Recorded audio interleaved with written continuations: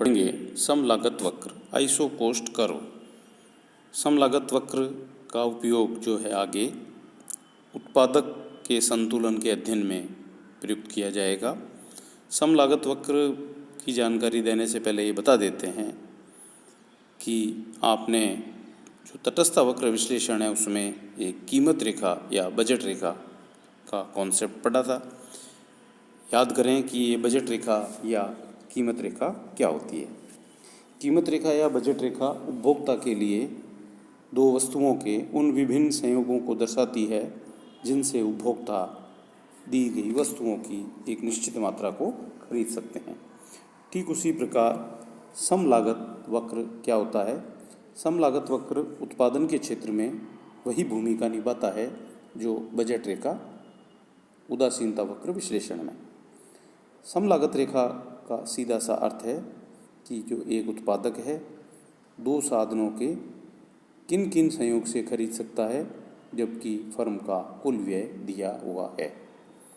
समलागत वक्र का अर्थ है समलागत वक्र दो उत्पादन साधनों के उन विभिन्न संयोगों का बिंदुपथ है, रास्ता है जिस पर फर्म की कुल द्रव्य लागत यानी मुद्रा लागत समान बनी रहती है।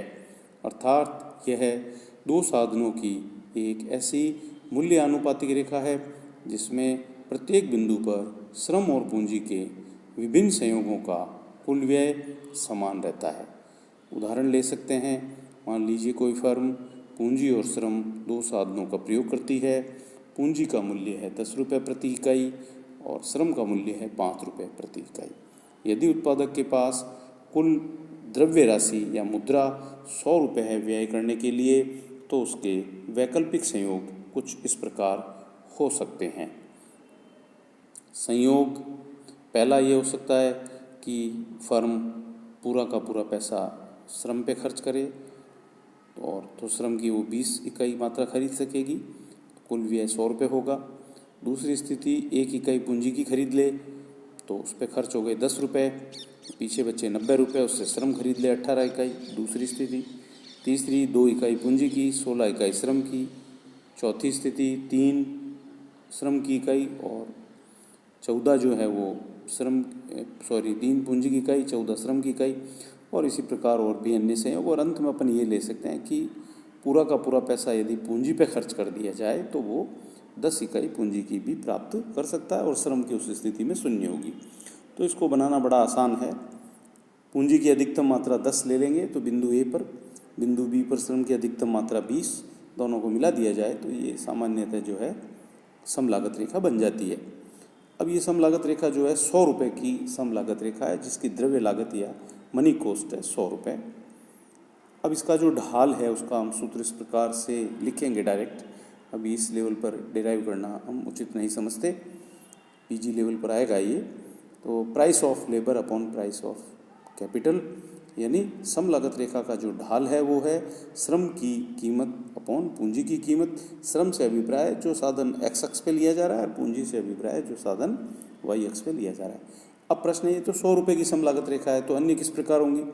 निश्चित रूप से यदि कीमतें वही बनी हुई हैं तो अन्य जो समलागत रेखा होंगी जब हम मौद्रिक व्यय को बढ़ाएंगे तो उसके दाईं ओर समानांतर होंगी, और जब हम मौद्रिक व्यय को यदि घटाएंगे तो उसके बाईं ओर समानांतर रेखाएं प्राप्त होंगी।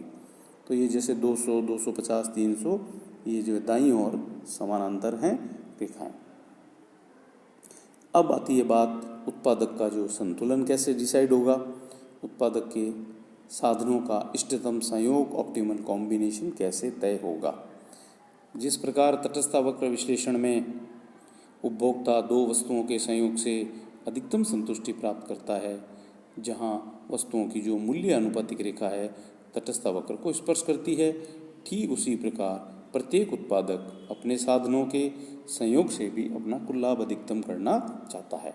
उसका कुल लाभ तभी संभव है जब वो वस्तु की एक निश्चित मात्रा न्यूनतम लागत पर उत्पादन करे, या दूसरी स्थिति ये हो सकती है एक निश्चित कुल द्रव्य लागत से वस्तु की अधिकतम मात्रा का उत्पादन करे।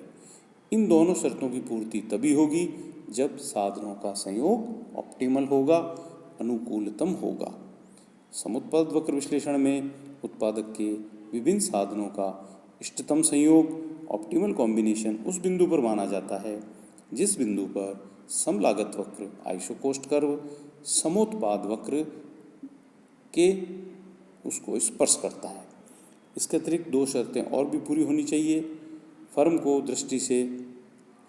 की दृष्टि से साधनों के आदर्शतम या न्यूनतम लागत संयोग को ज्ञात करने के लिए समलागत वक्र का विशेष महत्व होता है।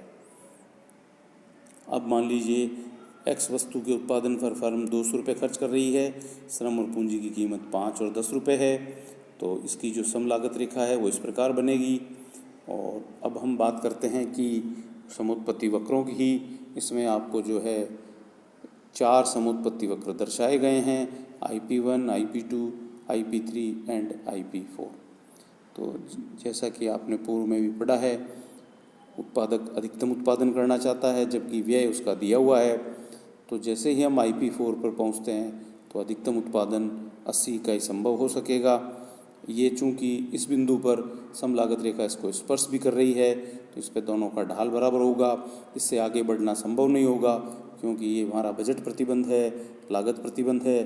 तो इस बजट प्रतिबंध में रहते हुए अधिकतम उत्पादन जो है बिंदु P पर ही संभव हो सकेगा।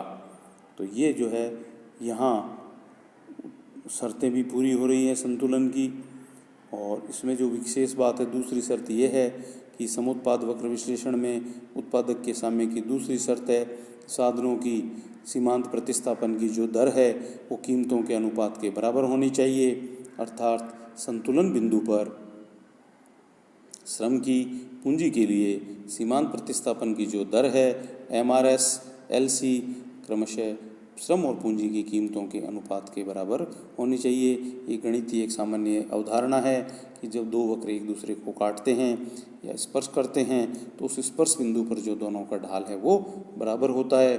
तो इसमें भी जो समुत्पत्ति वक्र का ढाल है वो तो MRS LC है, समलागत रेखा का ढाल PL/PC है। तो ये दोनों इस बिंदु पर जो है बराबर हो जाते हैं। तो ये एक संतुलन का बिंदु आ गया था।